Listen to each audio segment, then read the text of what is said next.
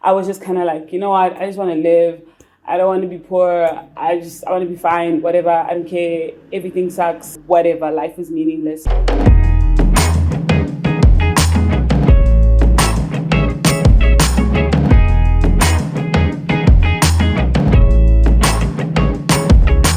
Hey, what's up, good people? Thank you so much for tuning in once again. We are on episode 6 of the Finding Joy series, and I'm super excited about this one because this idea of learning to dream again is the thing that really flipped things for me when I was going through my really dark phase. So yeah, I'm really excited to talk about this one.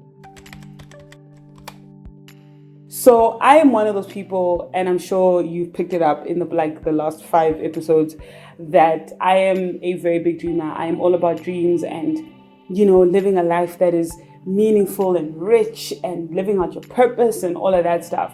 But I think as you get older and things happen, those dreams pretty much get the life sucked out of them. At least mine did. Because at the end of the day, there are very real life factors you have to put into place and you have to consider, and there's opposition that you're facing. And things happen to a point where I kind of found myself sort of speaking the language of someone who didn't have any real goals, didn't have any real dreams, didn't have any real aspirations. I was just kind of like, you know what, I just want to live. I don't want to be poor. I want to be fine, whatever. I don't care. Everything sucks, whatever. Life is meaningless. So I was in that place, I would say, from about 2016 and started sort of coming out of that in 2018, beginning of 2019. So for about 3 years.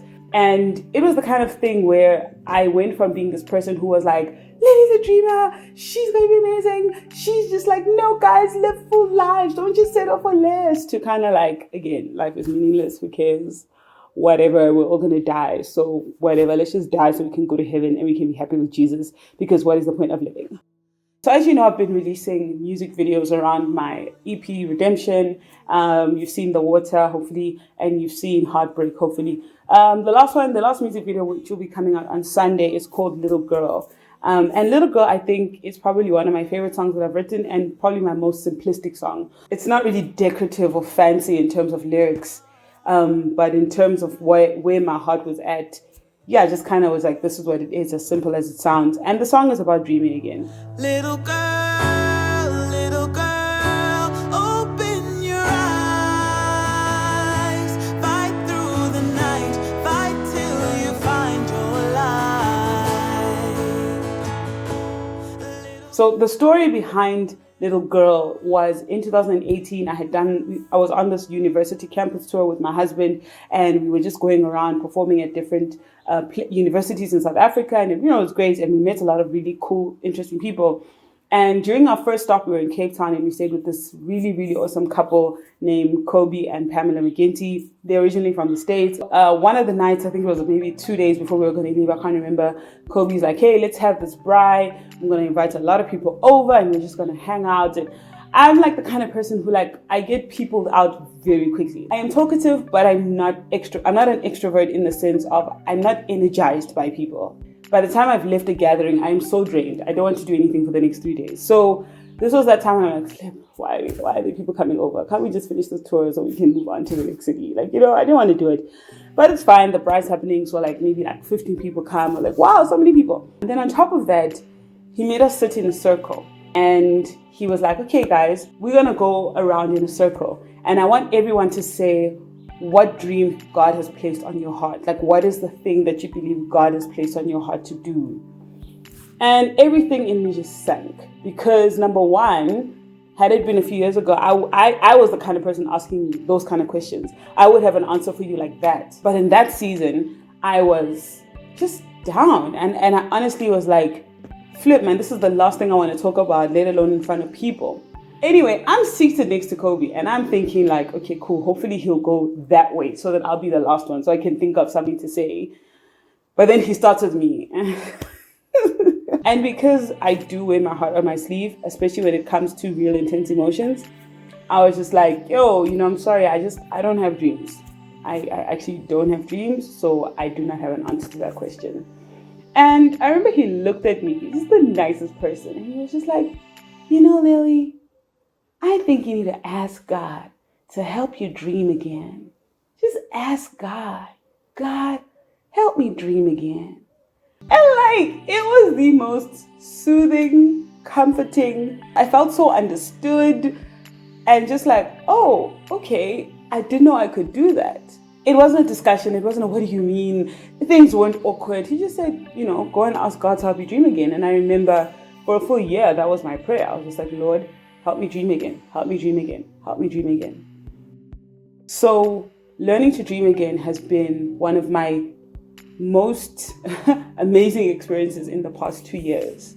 And my hope for doing this video, this series, is that someone out there who needs a little bit of encouragement would be encouraged, who needs a little bit of a push, will be pushed to try again. I think life can choke and suck the life out of you, out of those dreams you have when you're young and the world is your oyster, whatever that means. But when you're young and you just think you can do anything, and then life happens, and you can either respond one of two ways. Maybe there's more, but for me, it was one of two.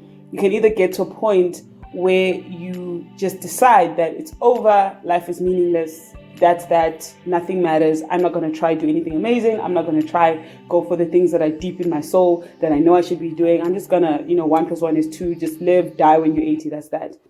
Or you can rise above, First of all, it's a matter of learning to dream again, but also looking at these dreams that have been tested, that have been, thought to be long dead, and then using the hard lessons that life has taught me, that the hard things that God has allowed for me to go through, to then look at them and breathe new life in them. But this time they're coming with a lot more depth and not just 17 years old, wide-eyed, everything's going to be amazing. There's a new level of what dreaming actually is. There's a new meaning behind it. And because you've experienced disappointment before, you're almost ready for the disappointment to the point where when you do get an email that says no, you're not completely broken down to the ground, which is what would happen to me. I'd feel like, well, then that's it. Then that's just it.